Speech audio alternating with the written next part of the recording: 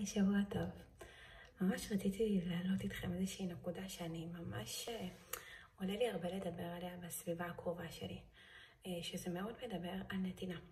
ונתינה לשם נתינה, אני העליתי על זה סרטון קצר, אבל ממש חשוב לי ככה עוד קצת להגיד.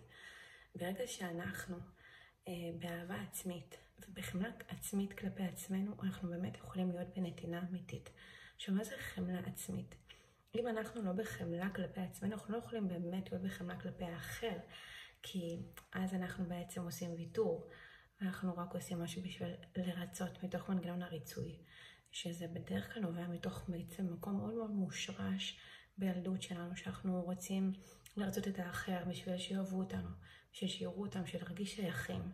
אז יש פה באמת משהו שהוא קודם, קודם כל להכל, שהחמלה לעצמי, שזה בסדר שלפעמים אני לא מתנהגת כמו שתמיד אני רוצה, זה בסדר שלא תמיד יש לי כוח להיות פרודקטיבית או לעשות את כל הדברים.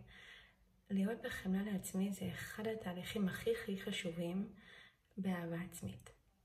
אז תהיו בחמלה כלפי עצמכם, זה הדבר החשוב ביותר. חיבוק גדול.